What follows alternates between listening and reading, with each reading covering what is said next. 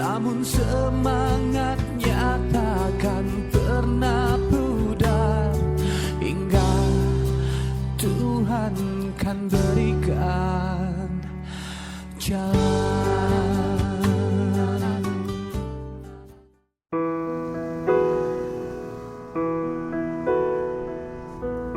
Sinar matahari siang ini cukup terik. Mendung tak sedikit pun tampak bergelayut di langit. Suasana ini disambut dengan suara riuh anak-anak di sebuah pabrik tahu di desa Cigedek, Kabupaten Garut. Mengantri untuk mendapatkan pasokan tahu yang akan mereka jajakan keliling kampung. Saling berebut seperti ini menjadi hal yang lumrah terjadi setiap hari. Semua berlomba untuk mendapatkan jatah tahu lebih dulu. Tak lain, supaya mereka punya lebih banyak waktu untuk menjual tahu-tahu mereka sampai sore nanti. Sekedar untuk mendapatkan uang jajan lebih esok hari.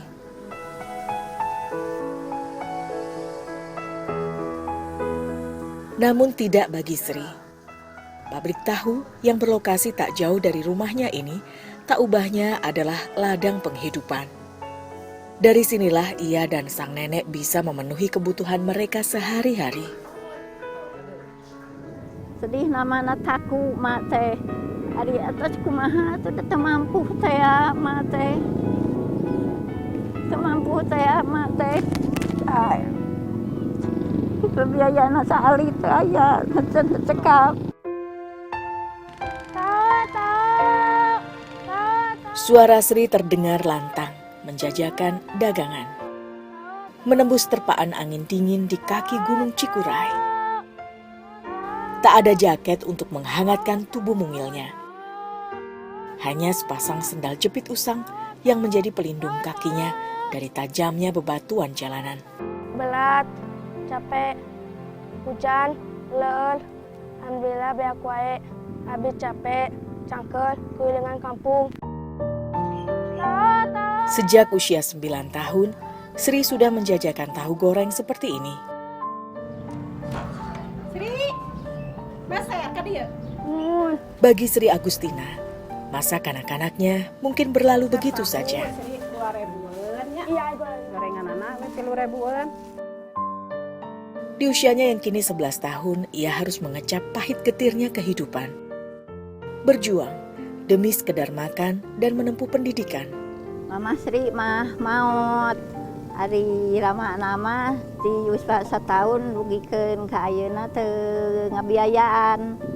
Di usia setahun lugikeun ka ayeuna teu pernah ngaragap-ragap acan, teu pernah nemongan acan. Setiap hari, pabrik tahu ini tak pernah berhenti berproduksi. Pagi hingga sore hari. Mulai dari persiapan bahan, pengolahan tahu, hingga penggorengan sampai siap dijual. Penganan ini terbuat dari 100% kedelai murni. Karenanya, dalam sehari setidaknya pabrik tahu ini menghabiskan 20 kg biji kedelai. Kedelai harus diolah terlebih dulu. Direndam selama kurang lebih dari 2 hingga 3 jam. Perendaman ini dimaksudkan untuk melepaskan kulit luar biji serta membuat tekstur kedelai menjadi lebih lunak. Proses selanjutnya adalah membilas kedelai dengan air mengalir. Sembari sedikit diremas, supaya kulit luar biji serta kotoran yang melekat bisa cepat terlepas. Proses pembersihan ini diulang hingga beberapa kali untuk memastikan biji kedelai benar-benar bersih. Setelah kedelai ditiriskan, proses penggilingan biji kedelai dimulai.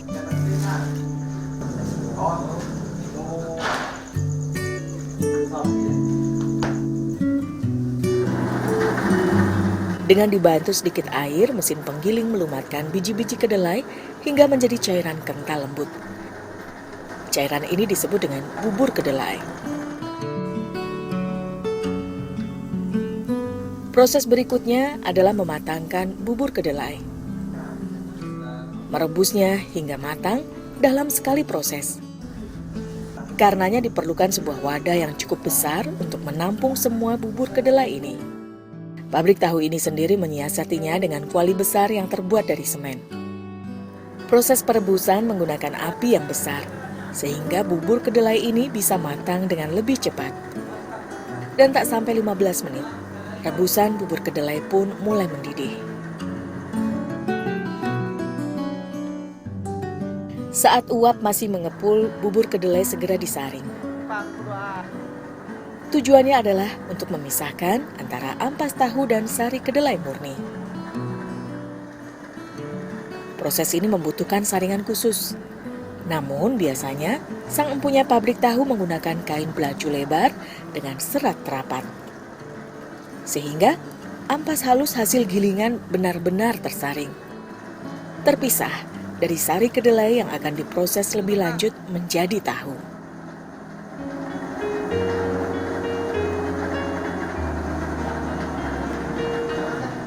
Langkah berikutnya adalah menggumpalkan sari kedelai ini menjadi tahu padat. Untuk memicunya diperlukan larutan yang bersifat asam. Pabrik tahu tradisional biasanya cukup menggunakan cairan biang hasil perasan tahu sebelumnya. Proses penggumpalan sari kedelai memerlukan waktu sekitar 15 menit. Sambil menunggu, sesekali larutan sari kedelai ini diaduk perlahan, agar penggumpalan bisa berlangsung dengan baik. Sari kedelai yang telah membentuk gumpalan mengendap di bagian bawah larutan, hingga air pada permukaannya bisa dikurangi sedikit demi sedikit, hingga menyisakan gumpalan-gumpalan sari kedelainya saja. Air dari larutan tahu ini tidak semuanya dibuang. Sebagian disimpan sebagai cairan biang untuk pembuatan tahu selanjutnya. Gumpalan-gumpalan sari kedelai selanjutnya dimuat dalam kotak-kotak kayu beralas selembar kain berpori rapat. Kain ini berfungsi untuk mengeluarkan kandungan air pada gumpalan, hingga nanti menyisakan gumpalan-gumpalan padat persegi yang disebut tahu.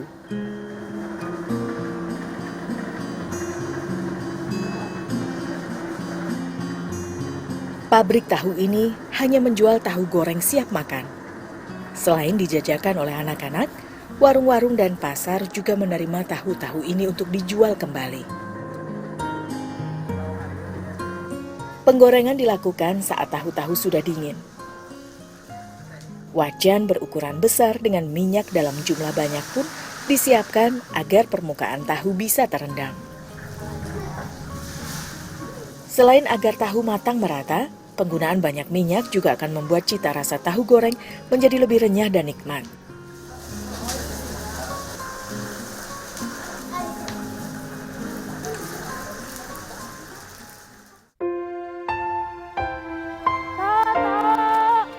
Kaki kecilnya terus melangkah menyusuri jalan panjang yang terbentang di depan mata. Beratnya beban pikulan di kepala tak menyurutkan langkahnya untuk menjemput rejeki dari Sang Pencipta. Dalam hatinya ia berharap agar tak satu pun dagangannya ia bawa kembali pulang. Nyeri hati mama tuh Sri jalan teh da koyong nyeri lah sama.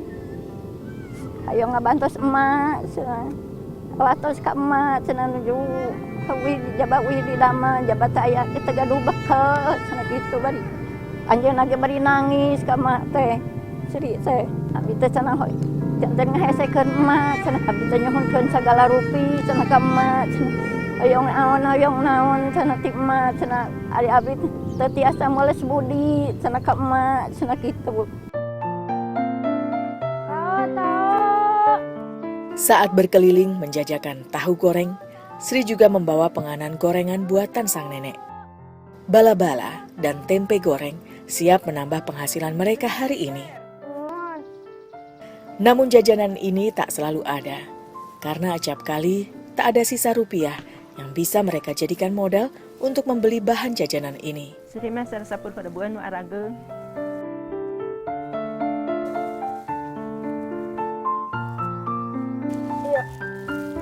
Pada kuliah Moal ieu tahu unggul. abi urus emak bayaran emak bayar emak ulah gawe abi gawe nama bayaran emak. Setiap hari, sedikitnya Sri membawa 100 potong tahu goreng untuk ia jual. Tak jarang pula ia membawa hingga 200 potong banyaknya.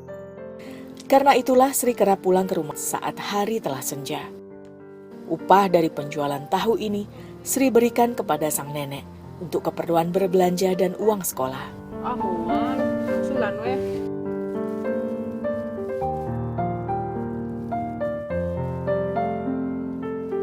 Habis jualan tahu mau 100 saya pesan 10.000. Habis jual tahu 500, patina ke habis 100 ke beli beas.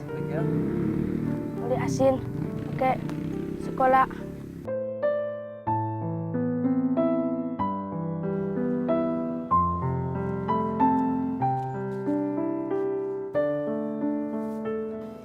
Gadis cilik ini nyaris tak pernah merasakan hangatnya belayan kasih sayang orang tua. Sejak usianya 1 tahun, sang ibu pergi untuk selamanya. Meski tak pernah ada keluh kesah atas penyakit yang diderita sang bunda.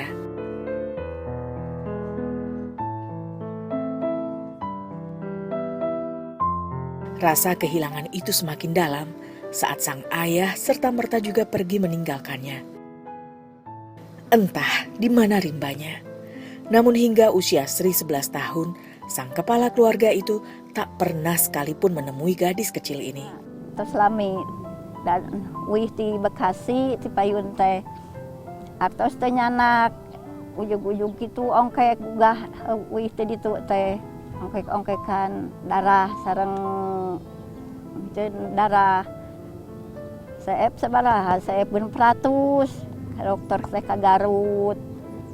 Janten seep biaya teh seep pisan kamu eta teh.